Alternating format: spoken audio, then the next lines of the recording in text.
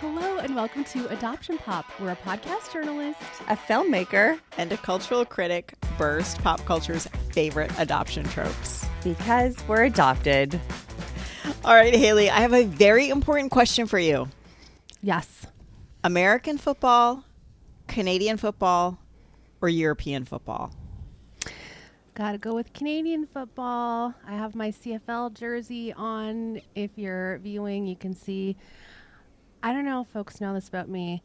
I used to be a super fan. Nick and I had tickets to our local CFL team, season tickets, and we would go every week. Back when I could eat gluten, we'd get our Subway subs and go to the games. It was great. It was great. And now I've fallen off a little, just like our team has. So, well, today we are talking football. And more specifically, talking about one of sports' more recognizable names. Colin Kaepernick played quarterback for 6 seasons with the San Francisco 49ers, and in 2016 courageously took a knee during the Star-Spangled Banner in support of the Black Lives Matter movement, sparking national debate over the role of activism in professional sports. Today, Kaepernick is a civil rights activist and founder of Know Your Rights Camp, Raw Vision Media, and Kaepernick Publishing, which together advance the liberation of Black and brown people through storytelling, systems change, and political education. He is the creator and narrator of the 2021 limited series Colin in Black and White, which we are discussing today in our 2-part episode on the series. And oh, by the way, Colin is also a transracial adoptee. Crystal, I think this was your first time watching this series, yes? It was my very first time. Okay, well, where would you like to start? Well, I want to start, first of all, by saying, like, who picked this? Because you deserve an award. It was so good. I cried multiple times. I learned so much. But where I want to start today is the music in this TV series. I grew up in the same era as Colin, really. I think he graduated in 2002. I graduated in 2001. And so this TV series has all the music that I was listening to in high school. Ludacris, I've got hoes, I got hoes in different area codes. I mean, I could go on and on and on. It was, I mean, that alone made the series so enjoyable for me. But then, wait. Haley, did you listen to this music in high school? Because we're about the same age.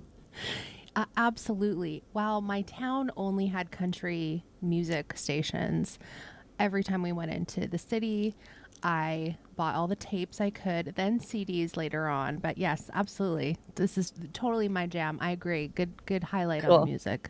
Love that. And Sullivan, did you listen to all this in high school? Oh, well, this would have been more university for you? Yeah, I'm a little bit older. So this was law school era for me. This was, these were club hits, and I was actually literally in the club. Right. For these. And so I agree with you. Like, the music in this series was amazing. Yeah, so good. The next thing I want to talk about would be the hair, the braids.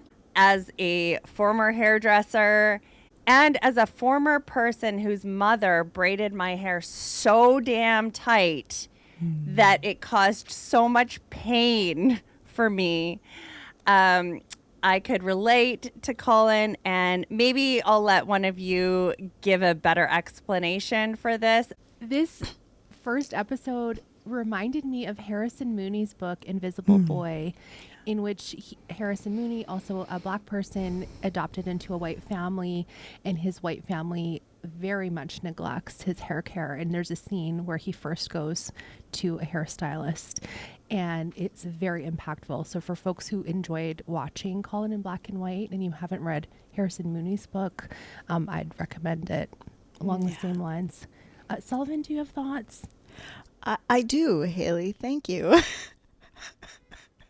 um, I appreciate the call out to Harrison's book. That book was so fantastic. Yeah, this first episode is called Cornrows, and the whole series touched me, as I'm also a transracial adoptee. But the discussion about hair was really hit me really personally, because the thrust of much of this episode is really the fact that Colin's hair was treated as a problem by his white adoptive parents. It was something that kind of wasn't okay. And I struggled with my hair growing up. I didn't have hair like anyone. Like, nobody had hair like me. And never saw a black hairstylist ever for the 18 years that I was living under my parents' roof. So maybe the sort of seminal moment in this first episode is Colin has his hair braided into cornrows after Allen Iverson, the basketball player, who is someone that he really looks up to. And so he wants to emulate Allen Iverson. And his mother and father say kind of two things. One is it's not professional looking, which, he's like 14 at the time. He's like, I'm a kid. Like, what do I need to be professional for? And also, you look like a thug. And, I remember, it's maybe a seminal scene from my life, quite frankly. And I was about 12, and, I was struggling with my hair. And one day I was getting ready to go to the mall with my mom. She was going to take me to the mall, and I decided to braid it. And I don't have the hairdressing skills that you have, Crystal, at all in braiding my own hair. But I had, some up and some down and some braids and a bandana. And there was quite frankly, there's a lot going on. But it took me about 2 hours to do it. And I was a little unsure of the style. I wasn't sure if it looked good or not. But, I was like, this is what I'm doing, and I think I feel pretty. Like, I think I feel good about this. And I walked down the stairs, and my mother was at the bottom of the stairs, and she took one look at me, and she said, go fix your hair. I'm not taking you to the mall like that. You look like a little black girl. Oh, God.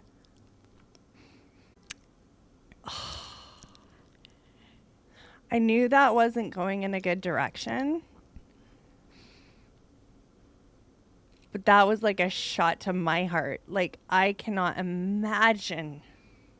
What'd that do to you?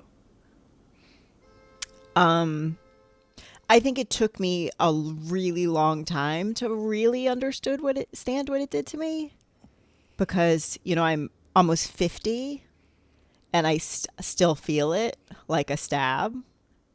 But at the time, I remember I turned around and I went back upstairs, and I pulled it back out again. And it was not the first time I had a message that being black was not okay. And so I've on the pod before, I've talked about internalized racism, right? Like, that's how one internalizes racism. For sure. And Colin talks about in the film, he says he took the braids out after a day or so because they were hurting his head, and because of his parents' reaction. There was sort of a lot happening there for him, and so he took the braids out. And he says he didn't have braids again for a long time. I can't recall if he said exactly how long. It was 14 years. 14 years. Mm-hmm. Yeah. Yeah. I did not wear my hair naturally curly on the regular until my 40s. Until my 40s. Yeah. And as we're recording this today, it happens to be blown out straight at the moment. But I more often wear it curly now than straight. But it's still, I still to this day have days where that, you know, the internalized racism of my youth, the preference of white features for beauty standards, like all of the messages, as you know, all women get all the time, and especially, you know, women of color and Black women get, you know, I have my days where the reason I blow out my hair is because of a confidence issue, not because of a stylistic choice that, you know, whatever, I want to do this or that or what have you. It's absolutely a confidence issue as opposed to anything else. And so I think that's the, like, if you would ask what it did to me, like it did that. Yeah. It's the gift that keeps on giving. Oh, gosh.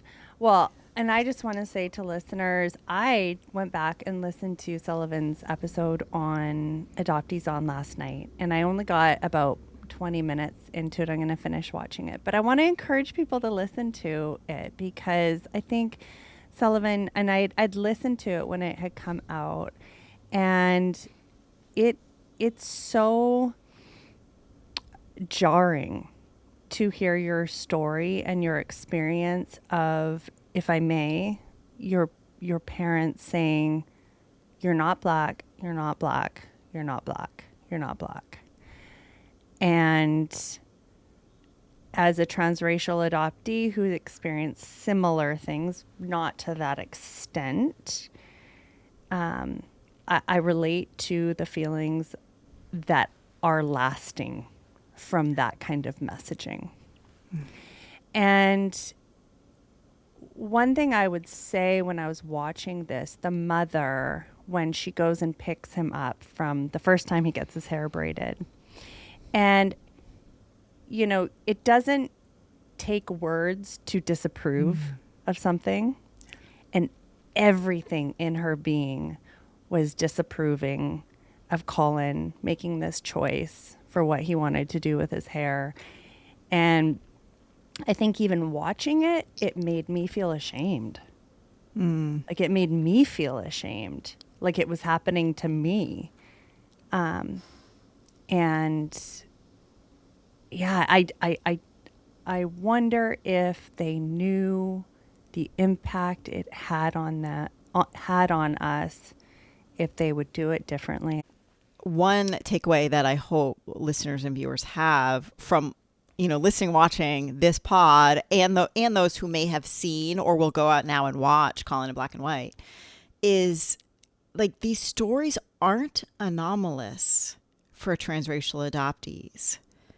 Like, I think it's too easy, in my opinion, for people to hear these stories and they feel empathy and whatnot, and they think, oh, that poor person.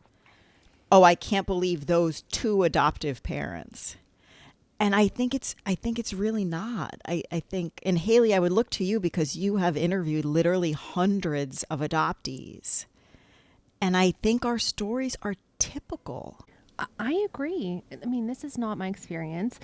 And all the transracial adoptees I've talked to, I mean, no matter the race, ethnicity, there are always reported racist behaviors from the adoptive parents. And a huge piece of it, we've talked about this before, is this lack of education on the adoptive parents' part to become bare minimum racially aware of the child they're about to adopt. Like culturally, where any kind of research, it's just the bare minimum. And that's just talking about how to care for how to care for his hair. While talking about Colin, like, never mind the actual racist comment afterwards. It's in Crystal. You nailed it. Like the look on her face, and there's another comment later on that I also kind of related to, something of like, when's this going to go back to normal kind of thing, or like, or when is this going to be done? I can't remember exactly. How long is this going to last? Yes. And she's talking about the hair, and it's like, this is a phase. Like you the identifying as Black. Yeah. Yeah. Yeah, Yes. it's just as a phase that you're going to get over. Like, this is just teenager behavior or something. And we're really seeing him through this series come into consciousness about his racial identity. And it's a privilege for us to see that. And I thank you both for sharing your personal experiences with that, because I think it does show. This is not, oh, this just happened to Colin or this just happened to Harrison Mooney. I think it's almost a universal experience, frankly. Yeah. When just to that comment, when the mom said, how long do you think this is going to last? To me, that sounded like, how long are you going to be black? Yeah. Or yeah. pretend to be black? That was how I heard that. And it's my question right now for the two of you, but also for listeners, is why are people so bothered when individuals make a choice to embrace their cultural identity? That's the question that really stuck with me, because in my experience, when I began my journey of embracing my cultural identity, people asked me, well, you're only partially Indigenous. So, like, why are you choosing to only embrace your Indigenous side, but not your Italian, English, French side? Has anyone ever asked you that, Sullivan? Yeah, absolutely. It's been a journey for me, right? Like, I used to check the other box on the demographic question. This is before there was like biracial boxes. I used to check the other box. And now I check Black or African American. I don't check, if there's a biracial box, I don't check it. I don't check other either. I do that very deliberately. And the reason I do that is not to deny my DNA. My DNA is what it is. And I was going to say, and anyone looking at me can make assumptions about, my racial background. But the reason I do it is because, to me, it's like, it's a reclaiming of what was denied me or attempted to deny me as a kid. And it was confusing. Like, it was so confusing because, again, like, I didn't look like anybody out around me. And I know we'll talk more about sort of where Colin grows up also, because that's a big feature of the film is who's surrounding him. But, I didn't look like anybody around me. And, my mother said to me in no uncertain terms, "You're not Black." And I think that came from two places. One is white supremacy. And like, when you ask that question, Crystal, of like, why are people so bothered when people want to claim any kind of non-European heritage at all? Like, why do people get so bothered by it? The answer is really simple. White supremacy. That's why. Because you become a threat. Like, you as a single Indigenous person are not that threatening. You and a large community of Indigenous people, that is threatening to white supremacy. And so therefore, you need to be reminded that you don't belong to that community over there. That's threatening. And so, it's white supremacy. I also think from a transracial adoptee standpoint, and here I'll speak only for my experience, my mother was unable to carry a child, and she really felt like she needed that. And therefore, the child that would become hers, that's me, like, she needed a biological mirror. And so she was going to make me one. Like, I needed to be that for her. I needed to be that. And so the denial that I was Black I think was also about that. It was about white supremacy too. Unconsciously, of course. But I think it was also about her need for a biological mirror. And I could only be that if I was white. I think that the thing that this series did so beautifully was that it took Colin's story, and so you really fell in love with this young man. But having Colin Kaepernick as the narrator and as an adult, and knowing what he knows now, looking on himself as this young man and everything he faced, and then was able to make sense of it now as a grown-up who's lived life and reclaimed his identity. It had such a documentary feel to it in a lot of ways, because he really took this opportunity in this series to educate. And I learned so much through this series. I'm so grateful for it. I really am. I really had the sense, because to your point, Crystal, it was education. It got me thinking, like, who's the audience? Who does he think the audience is? For me, I thought there were two audiences. One audience I thought was white viewership.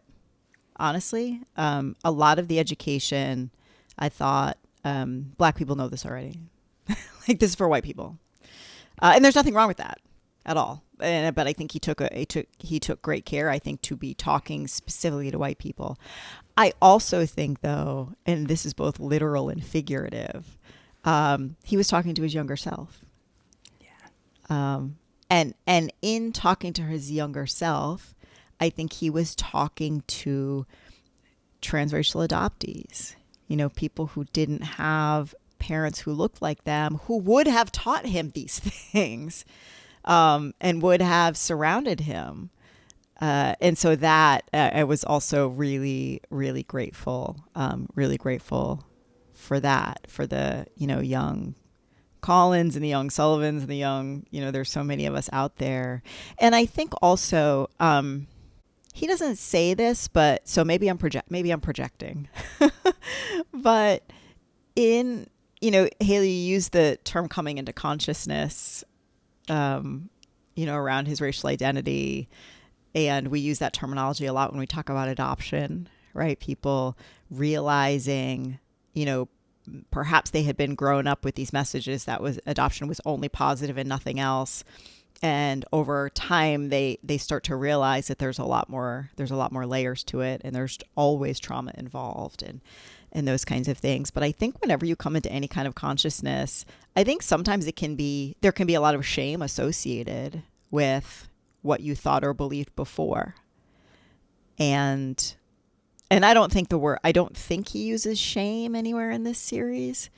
But I felt like this was his way of a bit of a corrective or an atonement, maybe for things that he thought or believed, or in fact he doesn't use the word shame, but there's an entire episode where he talks about the transferability of his parents' white privilege onto him, and that he believed their white privilege extended to him.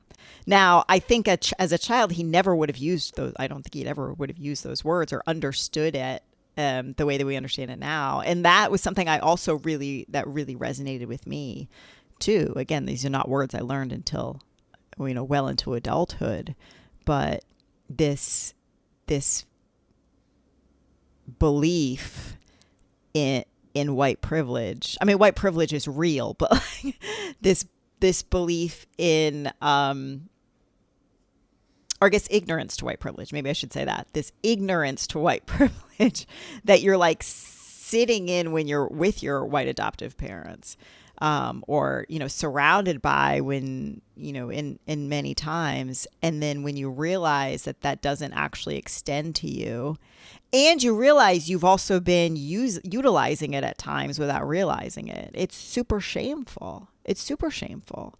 And I think his ability to make this film and also give the younger Colin grace is really, really powerful. I loved when he had his braids done and he was like, I felt like myself for the very first time. And when his mom took him, to the hairdresser at her house, and they're driving through this neighborhood, and and he's looking around, it's like a place he'd never seen before, and I really related to that, to my experience of going back to my reservation, like my family's reservation, and feeling this like, wow, I feel like I really belong here. But I don't really know this place or these people, but like I know it and it feels right somehow. And it was so beautiful to watch him through that experience, and not just that experience, but as he grew and experienced more of what life had for him. He is an outstanding young man. And he's my new civil rights activist crush. Oh, is he on your hall pass? No, but did you know he's married to Nessa? Mm-hmm. And I only know Nessa because she did all the reunions for the Teen Mom. Oh, I didn't know that. So I was like, oh, I recognize her, because I went down a bit of a rabbit trail on this one. Like, I really, really dove deep. For me, I didn't go to the library and rent any rent. I didn't go to the library and take out any books or anything like Sullivan. But I did watch a documentary, but maybe we'll get to that later. In this episode of Adoption Pop, we're looking at, because this is a 2-part episode, Colin in Black and White is actually a 6-part series. We're looking at the first 3 parts here. We've talked quite a bit about really a couple of the episodes so far. But one thing that stuck out for me really across the 3 episodes is the number of times that Colin is praised for his resilience and his ability to sort of move past whatever bad has happened to him. And oh, by the way, the bad that happens to him oftentimes, again, is racism. And I really felt for him, because I thought, at one point he actually sort of says, like, why am I always the one who has to prove people wrong? And his parents say, because you're the one smart enough to do it. And it really, it broke my heart, because this message of self-reliance and pull yourself out by your bootstraps and like power through, again, that's a message for white people. Like, and what I mean by that is like that kind of like shake it off, life's not fair, like kind of message, like does presume certain truths that are not true for Black people in this country at all. And also the only way that Black people have been able to achieve, I shouldn't say the only way, but like a significant part of Black achievement in this country is like reliance on community, right? Like, because working within white systems was like untenable at best, if not illegal, if not would get you murdered. So there is like this community reliance. And in fact, we see that in his film, right? Like everything from getting his hair braided by community members, if not small businesses, throughout in different sports teams and traveling and meeting other predominantly Black sports teams, like community. And I think it's also, again, why this film is about creating community for people. And so I found that was just one of so many examples of the film of his parents just completely ignorant of their own privilege and ill-equipped to support a Black child with the advice that he gave him. And I think he knew he was on his own. I mean, he knew his parents loved him, and he has said that in press tours and those kinds of things. So this is not a matter of they didn't love him, but they were totally ill-equipped, completely ill-equipped.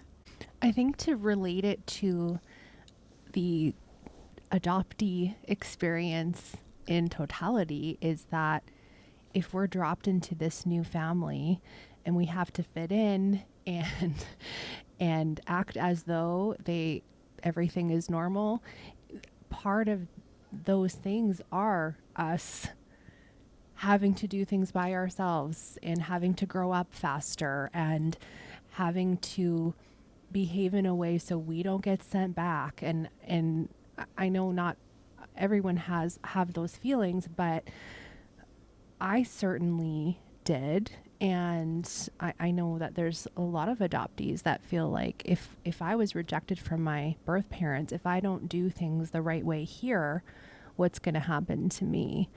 And those are the messages, those are some of the things I was taking away from his experience, to relate to. And I wrote that same quote down. His mom saying, "Oh, you're strong enough to do it. Why do I have to prove them wrong? You're strong enough." And so we keep getting praised for those resilience characteristics, and then those become the only acceptable characteristics. Okay, now I have to be strong, and I have to swallow my feelings, and I have to. And I was curious about whether or not you thought his drive to be a pro athlete, of which there are so few in this world, and his drive to succeed, where that comes from. Do you have thoughts on that? Because we see him striving in a bunch of different sports, but football is his dream, to be a quarterback. I think this is a case of one of those kids that just innately knew that he was going to be something great. I think he was I really do think, and I'm sure it has something to do with being relinquished, I'm sure. But I also think the dedication and keeping his eye on the prize for so many years, that's something that's very, very rare. And he had it. And I think I don't know. I think he was born with it. I think that's the way he was created. If I had to put money on it, I would say that relinquishment was a driver for sure. Unconsciously or unconsciously, I have no idea. I think because, to your point, Haley, the number of professional athletes, the number of people that can make it at that level is so small. It takes such an extreme amount of dedication and genetic talent and all of those things. I hadn't realized until I watched the series. I watched it when it first came out, and then I rewatched it for this. Because I don't really follow college sports, and I sure as heck don't follow high school sports. That in fact, he had been more of a baseball prodigy. It sounds like, and for people that didn't follow his career at all, he was really expected to go to the Major League Baseball. And it was a huge disappointment to many around him in high school when he held out for a football scholarship, because he, as good of a football player as he was a better baseball player. And he played basketball in high school too. And there was no inclination that he might go to the NBA or anything like that. But he was a 3-sport high school athlete and a straight A student.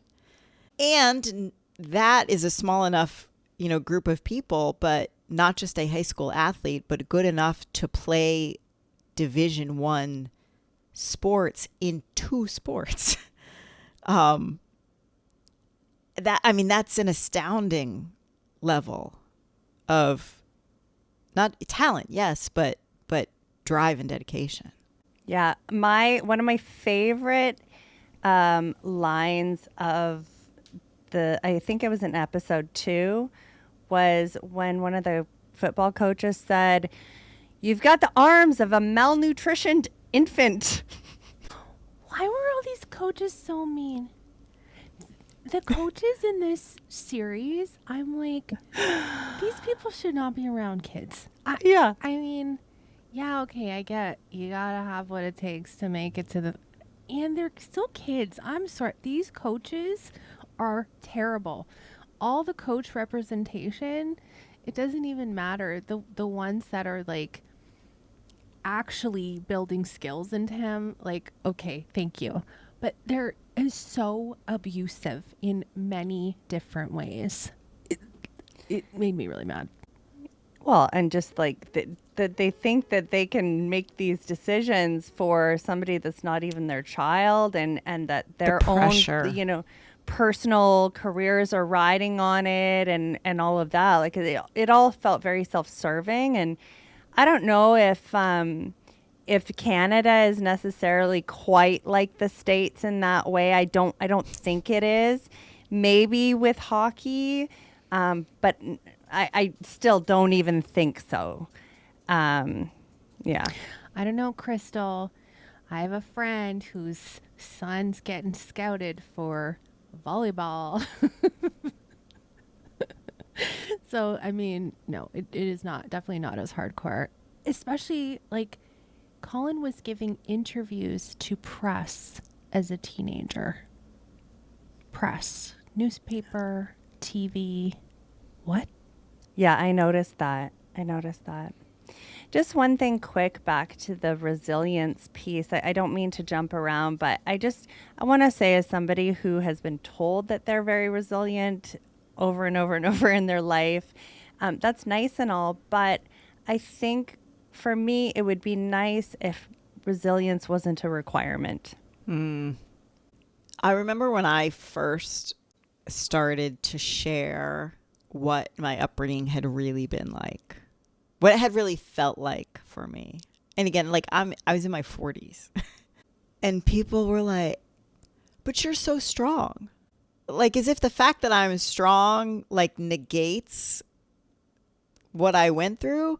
But also, like, yeah, like it's a trauma response. My strength is a trauma response, and even, I remember being a kid, like being really young, and being praised by my mother for being independent, and I for sure took it as a point of pride, but I think back on that now, I'm like, 6-year-olds aren't supposed to be independent, like. It just that's not a good thing. Yeah, exactly. Mm-hmm. Exactly. I want to talk about like 1 or 2 specific scenes as well in the first half of these episodes. It's actually episode 3, which is called Road Trip, which is a series of road trips to play in a like prolonged baseball tournament out of town. And so every weekend the family gets up, mom and dad, and wake Colin up, and they drive, I think, a distance to where they have to stay in a hotel, and he's in this baseball tournament. And Haley, why are you shaking your head? Is it because she was like, "Get up, it's game day, da da da, it's game day." Okay, I used to get sung awake like that. Don't recommend. Did you? Yeah, no thanks. And no, it's because this is gonna be my life. This is anticipatory dread for the tournament travel. That's all. As a sports parent. I love tournament travel. I love it. Not surprised. In one of the drives, one of the weeks, his parents say to him, look, like, you've just gotten your permit, you can drive. Which, if we all remember those first times behind the wheel, I don't know. I think I think it's a very exciting time, but I don't know, Crystal, like, you've since been through that on the other end, so maybe it's not as exciting. For me, it's hell. I fear for my life. And I'm already kind of a nervous passenger. I prefer to be the driver, and yeah, it's very exciting for my kids. It's not so exciting for me. They get stopped.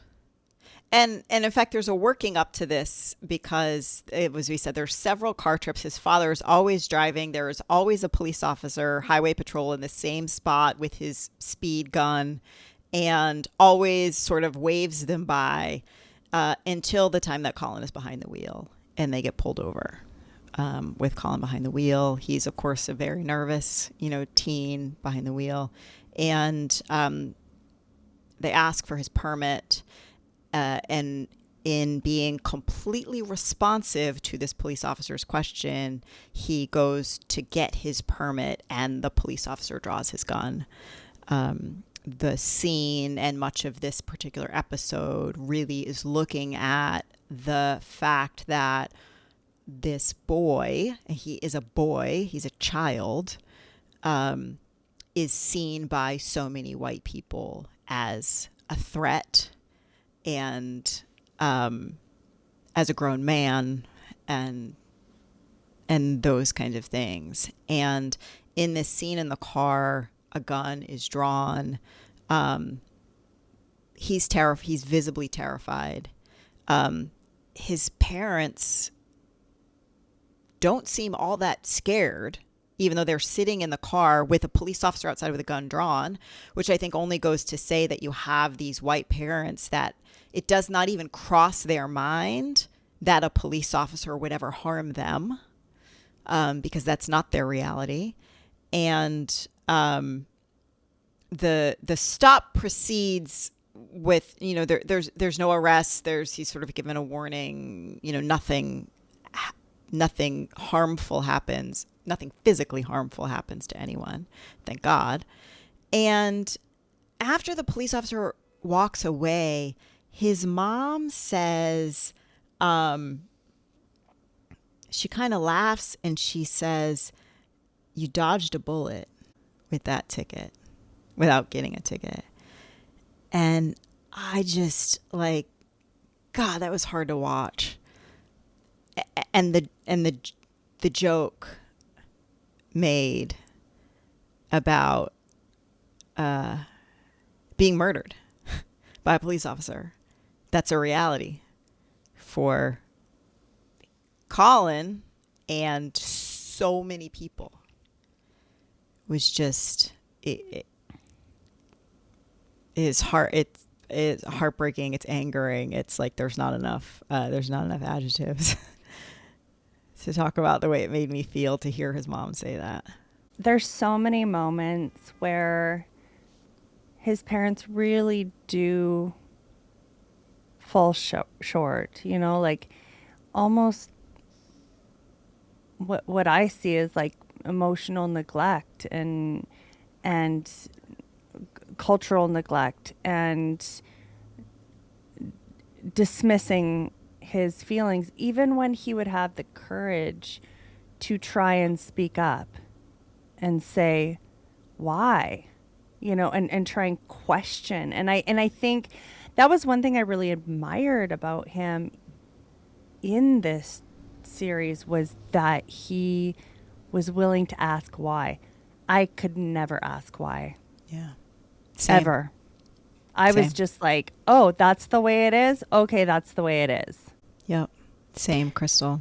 I talked back. I talked back and I would express what I needed to. So I related to that. Just to go on with your point here, Crystal, his mom says to him, after he's expressing these things to her, you have to talk to me. You keep your feelings to yourself, Colin. It's saying that, like, oh, he's always keeping these things secretive. But, like, every time he does talk to them, everything is dismissed. He is not believed. And that, I think, a lot of us can fully relate to. This complete dismissal of our lived experience, whether it was in the moment or we're sharing these stories later on. That was really infuriating. Can we just talk about this scene in the hotel lobby where there's a couple of different times over the course of all these trips where the hotel staff are surveilling him and any other black players. And so I think he's one of the only black players on his team, but there's other teams where there's black players. So they're coming in and out the lobby. And at one point he takes a cookie and is, called out for that by one of the staff. There's other times where everybody's acting up, but the staff member only comes to him to kick him out.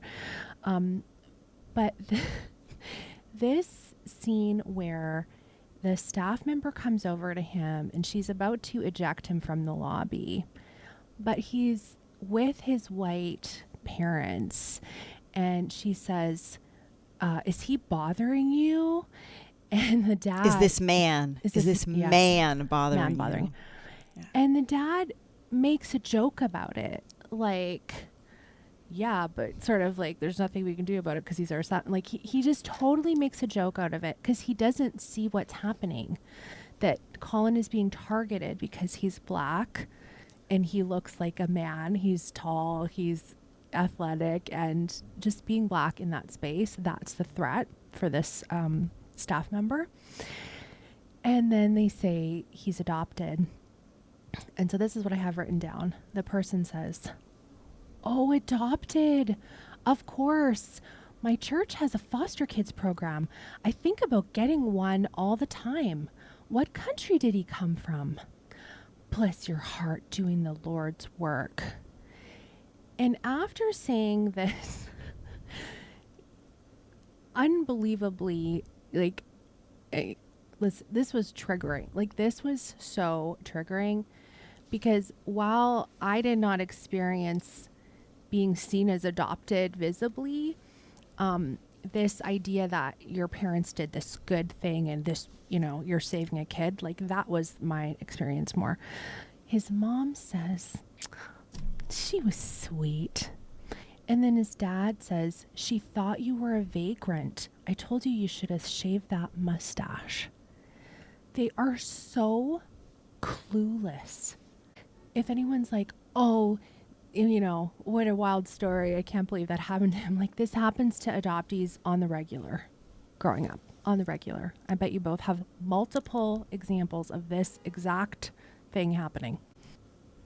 Yes. Well, and even the language was very dehumanizing. I think about getting one all the time. Hated getting that. What? A pet? Fuck you. God. I felt that way too. This scene was also so triggering for me for exactly the reasons that you said, Haley. And first in the targeting of him and the adultification of him. Yes, he's tall, but this, and again, we'll stick within the confines, I guess, of the film in this, because Colin Kaepernick is an adult. There is a child playing child Colin Kaepernick, right? He's clearly a child. This is not, you're not confused. This is not a man. He is I think he was 14 or 15. Well, he's has his learner's permit, which means he's not 16 yet. And so he's a child. And the fact that he gets called a man is solely about the adultification of this black child. And that, like, brought me back to being 12 also, and I was tall, and it was at like this local community fair. And my brother, who's also adopted, is 8 years younger than me. And he's also biracial. And so he's 4, and I was 12. And he might not have even been 4. He might have been 3. Anyway, our adoptive mother was holding him, you know, in her arms. And this clown, like a literal clown, this is like a festival sort of kind of event. So a literal clown comes over with balloons and looks at me. Again, I'm like 11 or 12. It looks at me and says, "Can I give your son a balloon?" And my mother was like indignant. She's like, "It's my son." And the clown was like, oh, sorry. And like in the moment, I remember being like, how did this person think that I am old enough to have birthed a whole child? And my mother never said anything to me. Like, she clearly saw what was happening. Never, literally, like, she is no longer with us. At no point during her life did this ever come up. You know, when I got older, I could clearly see it for what it was. That this person had looked and like, oh, there's a young black teenager. Of course she birthed a child, you know? And because that's what young black girls do. They have babies. And like just the racism that's embedded in that statement that then like nobody ever talked to me about. Like, you know, nobody said, or I shouldn't say nobody, my mother never said, you know, listen, let me put that in context for you. And let me tell you why that is not okay. What this person said was not okay. No, she didn't say to him, you know, this is not okay. And this is why. It just like is left out there in the ether for like 12-year-old me to make sense of what just happened to me. Like it happened to me the same way it happened to Colin. And it's made a joke of, to your point, Haley. And like, I'll just tell like one other quick story that, again, this whole scene really resonated with me is like, I was 6 the first time I got called a racial slur to my face. I was on the bus, first grade, second day of first grade. And some boys on the bus surrounded me and they called me a name. And I was really upset, and I went home and I told my parents and whatever. And it was sort of, again, it sticks with me to this day. And when I got older, like much older, you know, high school, college, whatever, my mother would make jokes about it. Do you remember when those boys called you that thing? And she'd laugh about it. And I'm like, that was like easily like that, and the hair comment are like in the, I would say like the top 5 worst moments of my life, like to this day, like core identity forming moments of my life in the negative. And it's like a joke to you. Mm-hmm. And I think like seeing that on screen like over and over and over again with Colin's parents is, I mean, it's heartbreaking, it's awful. And I raise this also again because I want people, that anyone that watches this film, it is not just the Kaepernicks. Like this happens to all of us all the time in our houses.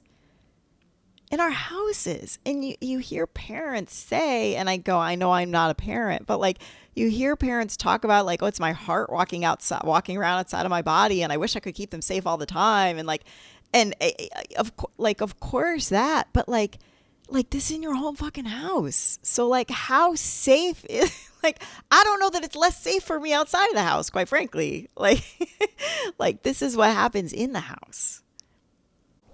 I'm so sorry that you've had to endure these things. And I think one of the things that really was shocking for me was how blatant the racism was that Colin faced.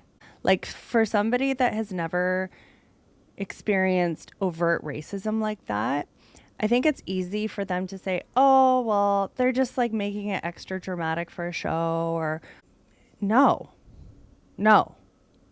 They probably turned it down. Exactly. They probably turned it down. Yeah. One of the things I know that we often talk about amongst ourselves, not in mixed company, is, we do criticize adoptive parents a lot of times, as we are doing with this film. And we hear often like, well, okay, well, what are they supposed to do? And, let's give grace for the fact that we are all growing and we all are trying to be better every single day. And we all know better today, hopefully, than we knew in the past. And these stories that we're talking about now, these happened to teenage Colin, 20 years, 25 years ago.